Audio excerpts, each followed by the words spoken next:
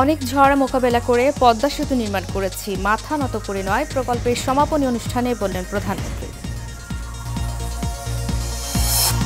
বৃষ্টি ও বন্যার অজুহাতে লাগামহীন নিত্যপণ্যের দাম, পেঁয়াজের ঝাঁজ আর কাঁচামরিচের ঝালে নাজেহাল নিম্ন ও মধ্যআয়ের মানুষ।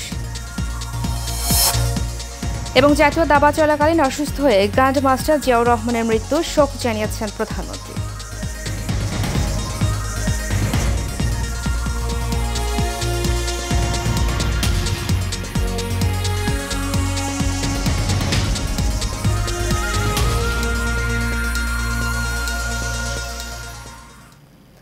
স্বাগত এশিয়ান নিউজে, আপনাদের সাথে আছি আমি উর্মি আক্তার।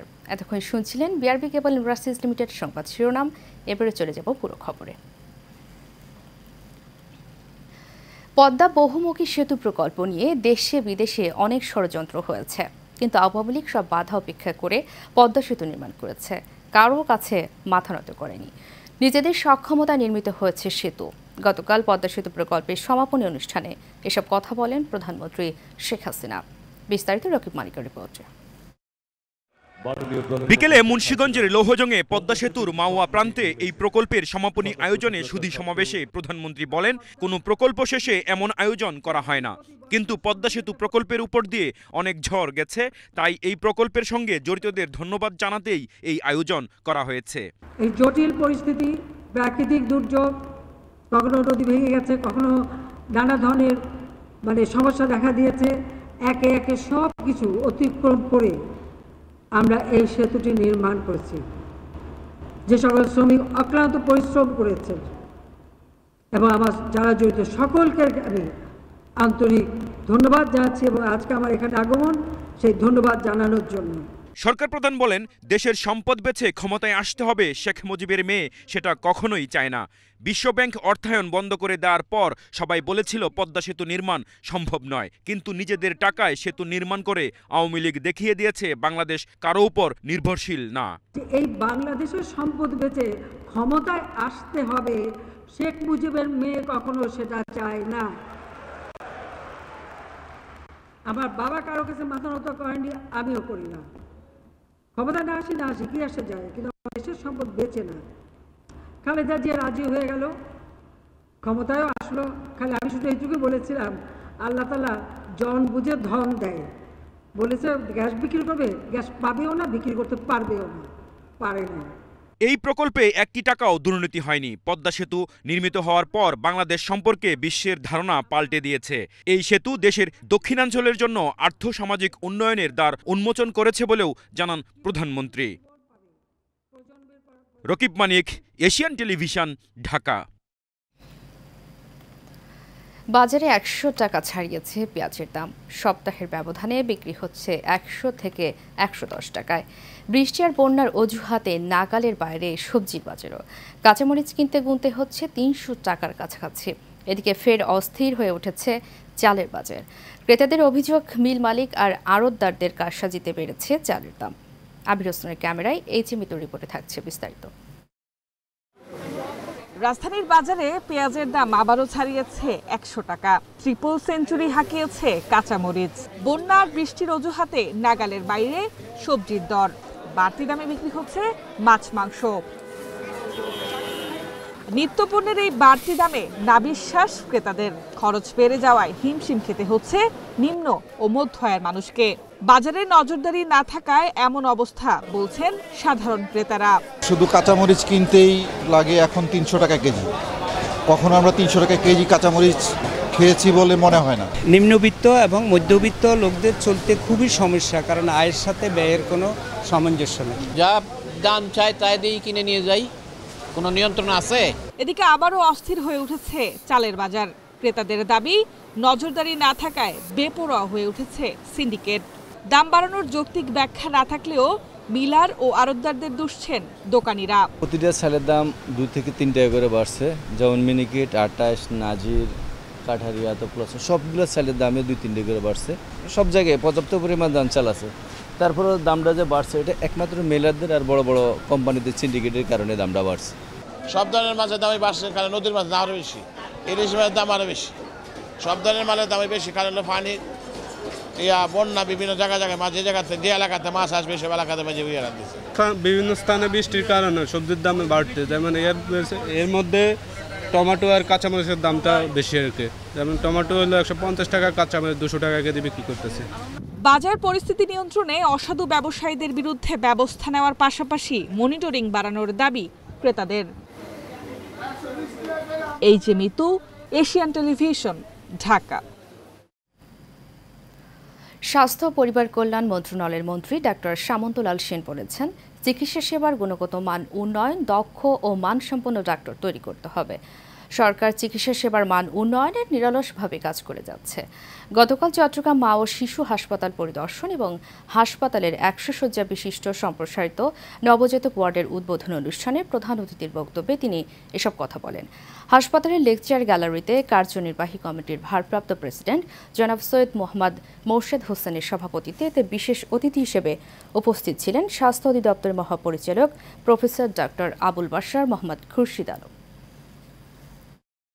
স্বাবলম্বী করতে পারি, রোগীদের ঠিকমতো সেবা দিতে পারি, ঔষধপত্র, পরীক্ষা, চিকিৎসা, তাহলে আমরা এই বড় বড় শহরের এত ভিড় হবে না। এবং এনসিডির মাধ্যমে, নন কমিউনিকেবল ডিজিজের মাধ্যমে যদি আমরা রোগীদের ব্লাড প্রেশার, ডায়াবেটিস চিহ্নিত করে ঔষধ দিতে পারি, তাহলে বড় বড় রোগও হবে না। এবং সেই লক্ষ্যে আমি কাজ করছি।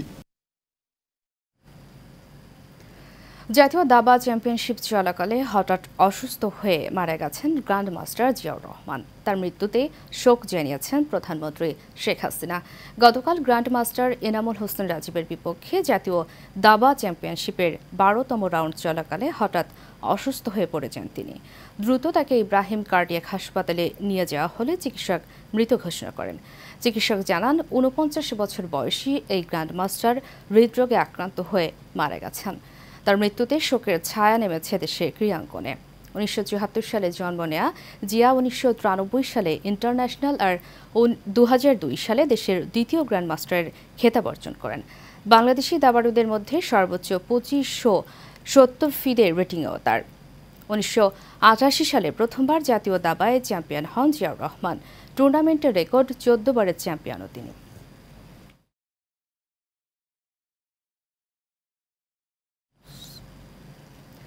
Cooperatives build a better future for all প্রতিপাদ্যকে সামনে রেখে আজ পালিত হচ্ছে 102তম আন্তর্জাতিক সমবায় দিবস। সমবায়ের বৈশ্বিক জোট ইন্টারন্যাশনাল কোঅপারেটিভ অ্যালায়েন্স আইসিএ প্রতি বছর জুলাইয়ের প্রথম শনিবার আন্তর্জাতিক সমবায় দিবস পালন করে। দিবসটি বিশ্বের বিভিন্ন দেশের মতো বাংলাদেশেও পালিত হচ্ছে। বিস্তারিত জানাচ্ছেন মাজহারুল আমিন শুভ। দরিদ্র মানুষের ওপর নিষ্পেষণের দৃশ্য হাজার বছরের পুরনো। মানুষের পোশাকের বদল হয়েছে, শাসনতন্ত্রের বদল হয়েছে, কিন্তু শোষণ থেকে মুক্তি মেলেনি। একসময় শোষিত মানুষগুলো ঐক্যবদ্ধ হতে শিখল, একত্রিত হয়ে তাদের পুঁজিকে শক্তিশালী করতে লাগলো, যা কালের বিবর্তনে সমবায় সমিতি বা সংগঠন নামে রূপ লাভ করে। এবার প্রতিপাদ্য cooperatives build a better future for all, অর্থাৎ কোঅপারেটিভের মাধ্যমে যারা কোঅপারেটিভের সদস্য তথা সদস্য এবং অন্য যারা আশেপাশে আছে, সার্বিকভাবে সমাজ, দেশ সবাই কিন্তু উপকৃত হবে। কারণ কোঅপারেটিভের মাধ্যমে পুঁজি গঠন হয়, আর এই পুঁজি যখন থাকে মানুষের হাতে, তখন এই পুঁজির মাধ্যমে অনেক অসাধ্যকে সাধন করা যায়। সপ্তদশ শতকের শেষ ভাগ থেকে সমবায় সংগঠনের ভাবনা দানা বাঁধলেও 1752 সালে মার্কিন প্রেসিডেন্ট বেঞ্জামিন ফ্র্যাঙ্কলিন সর্বপ্রথম সমবায় সংগঠন প্রতিষ্ঠা করেন। ক্রমান্বয়ে ইংল্যান্ড, চীন, রাশিয়া, ফ্রান্স সহ বিশ্বের বিভিন্ন দেশে সমবায় গঠন করা হয়।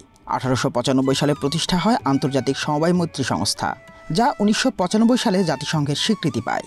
আসলে সমবায়ের ভূমিকা তো সব ক্ষেত্রেই প্রযোজ্য থাকবে, কারণ চতুর্থ শিল্প বিপ্লব সাকসেস মানে কি মানুষের মৌলিক অধিকার যেন আরো স্ট্রেনথেন হয়, মানুষের শিক্ষা, স্বাস্থ্য, চিকিৎসা, বাসস্থান, এই গ্লোবালটা যেন তার কাছে আরো সহজ হয়ে ওঠে। সমবায় হচ্ছে একমাত্র মাধ্যম যে স্মার্ট মানুষকে তৈরি করে মানুষের মধ্যে তার সে স্মার্টের যে অ্যাক্টিভিটিস সেগুলো মানুষের মধ্যে ইনজার্ট করবে, তবেই তো স্মার্ট বাংলাদেশ হয়ে যাবে। বাংলাদেশের সমবায় অধিদপ্তরের নিবন্ধনকৃত কেন্দ্রীয় জাতীয় প্রাথমিক সমবায় সমিতির সংখ্যা লক্ষাধিক। এসব সমিতির সদস্য সংখ্যা কোটি ছাড়িয়েছে অনেক আগেই। টেকসই উন্নয়ন মানেই সমবায় সমিতি। মাননীয় প্রধানমন্ত্রী সর্বশেষ যে নির্দেশন দিয়েছেন যে কৃষিভিত্তিক সমবায় সমিতি, অর্থাৎ আমাদের গ্রাম এলাকার যে সমস্ত কৃষক আছেন, যে সমস্ত সমবায় সমিতি আছে, তারা যে সমস্ত ফসল উৎপাদন করেন, সেই ফসলগুলো অনেক সময় ন্যায্য মূল্য পায় না। এই জন্য আমরা যদি সমবায় সমিতির মাধ্যমে এটা করতে পারি তাহলে দেখা যাবে সেই ফসলগুলো তারা ওই সময় বিক্রি করতে হবে না, তারা সেটা স্টোর করতে পারবে, তারা বিপণন করতে পারবে এবং বিপণনের ক্ষেত্রে একটা নেটওয়ার্ক তৈরি হবে। আন্তর্জাতিক সমবায় দিবস উদযাপন উপলক্ষে আগারগাঁওয়ে সমবায় ভবনে আলোচনা সভা ও সাংস্কৃতিক অনুষ্ঠানের আয়োজন করেছে সমবায় অধিদপ্তর। আমাদের সবচেয়ে বড় সাকসেস বলতে পারেন বঙ্গবন্ধুর এই সোনার বাংলায়, যে আজ মাননীয় প্রধানমন্ত্রী জননেত্রী শেখ হাসিনার নেতৃত্বে একটি মানুষ না খেয়ে নাই। এটি তো আমাদের সবচেয়ে বড় অ্যাচিভমেন্ট যে বঙ্গবন্ধুর সোনার বাংলা গড়াতে জাতির পিতার কন্যা জননেত্রী শেখ হাসিনা আমাদেরকে যে ধাপে ধাপে ধাপে ধাপে সামনে নিয়ে যাচ্ছে। এর মধ্যেই একদিন এই যে আপনি বললেন চতুর্থ শিল্প বিপ্লব বাস্তবায়ন হবে, স্মার্ট বাংলাদেশ বাস্তবায়ন হবে, তাতেই বঙ্গবন্ধুর সোনার বাংলা কায়েম হয়ে যাবে। মাঝারুল আমিন শুভ, এশিয়ান টেলিভিশন।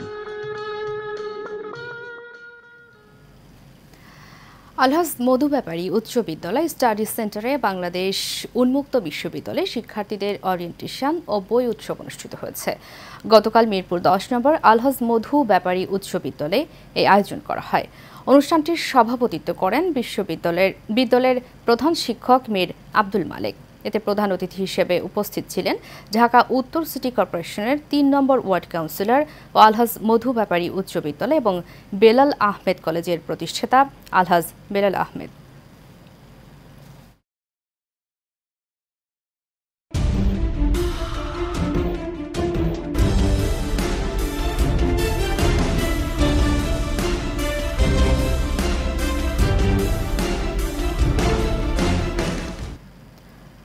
এবারে সারা বাংলা প্রসঙ্গ।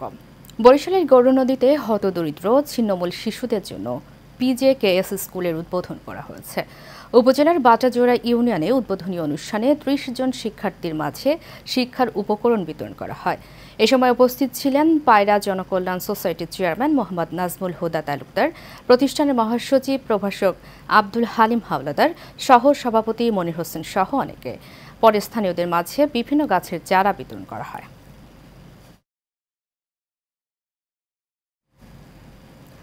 নারায়ণগঞ্জের সিদ্ধিরগঞ্জে মিতালি মার্কেট দোকানদার সমিতি তাদের বিরুদ্ধে বিভিন্ন গণমাধ্যমে প্রচারিত মিথ্যা ও বানোয়াট সংবাদের প্রতিবাদ জানিয়ে এক সংবাদ সম্মেলন করেছে। গতকাল মিতালি মার্কেটে তাদের কার্যালয়ে সমিতির কর্মকর্তাদের উপস্থিতিতে কার্যকরী সভাপতি আমির হোসেন এক লিখিত বক্তব্যে প্রতিবাদ জানান। বিভিন্ন গণমাধ্যমে প্রকাশিত সংবাদের সকল তথ্যই বানোয়াট এবং কাল্পনিক দাবি করে সংশ্লিষ্টদের বিভ্রান্ত না হওয়ার জন্য অনুরোধ জানিয়েছেন তিনি।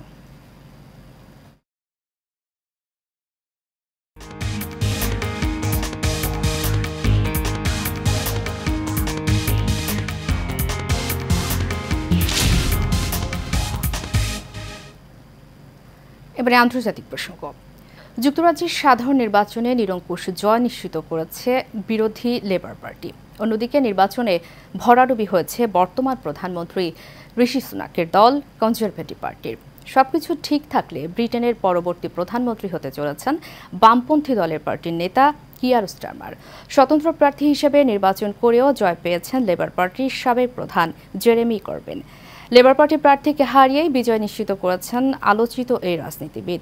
এদিকে যুক্তরাজ্যের সাধারণ নির্বাচনে এবারও বড় জয় পেয়েছেন বঙ্গবন্ধু শেখ মুজিবুর রহমানের কন্যা শেখ রেহানার মেয়ে tulip Siddique.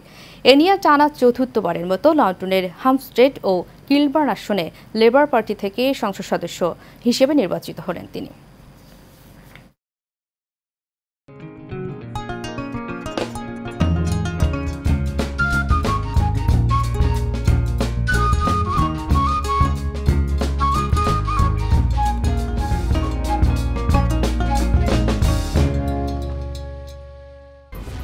Expert B500 CWR স্বাধীনতার সুবর্ণ জয়ন্তীতে নতুন বাংলাদেশ গড়ার প্রত্যয় HM স্টিল B500 CWR।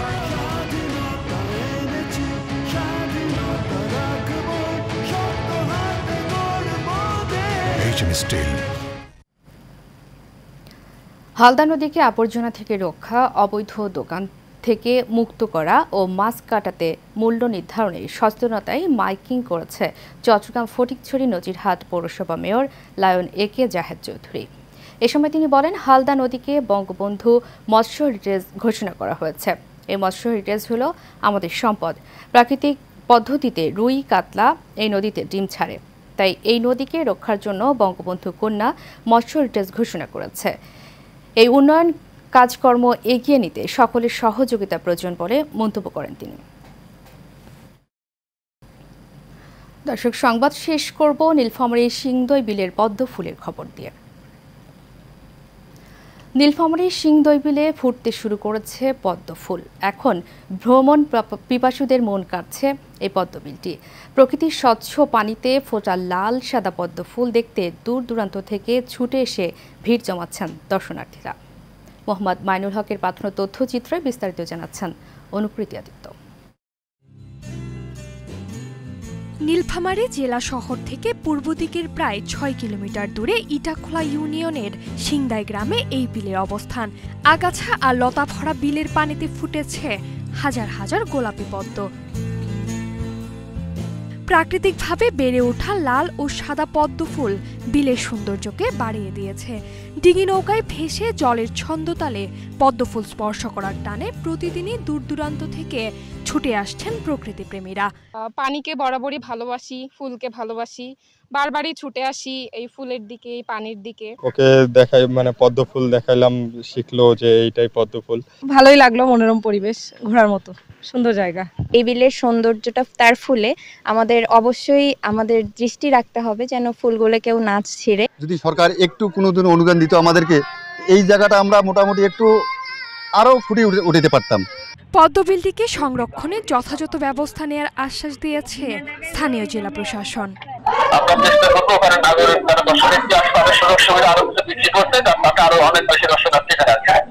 পদ্মবিলটিকে সঠিক রক্ষণাবেক্ষণের মাধ্যমে মৌসুমী পর্যটন কেন্দ্র হিসেবে গড়ে তোলার আহ্বান সংশ্লিষ্টদের। অনুকৃতি আদিত্য, এশিয়ান টেলিভিশন। শেষ করব এশিয়ান নিউজ। তারিখে বিআরবি কেবল ইন্ডাস্ট্রিজ লিমিটেড সংবাদ শিরোনামগুলো জানাবো আরও একবার।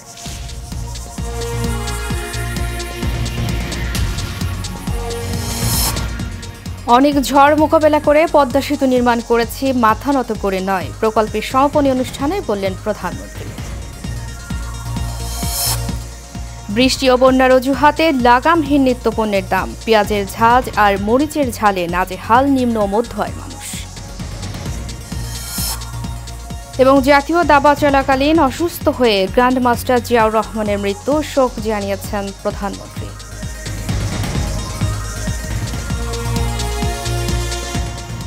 এশিয়ান নিউজ এ পর্যন্তই। পরবর্তী সংবাদ দেখার আমন্ত্রণ জানিয়ে শেষ করছি। ধন্যবাদ সবাইকে সময় সাথে থাকার জন্য।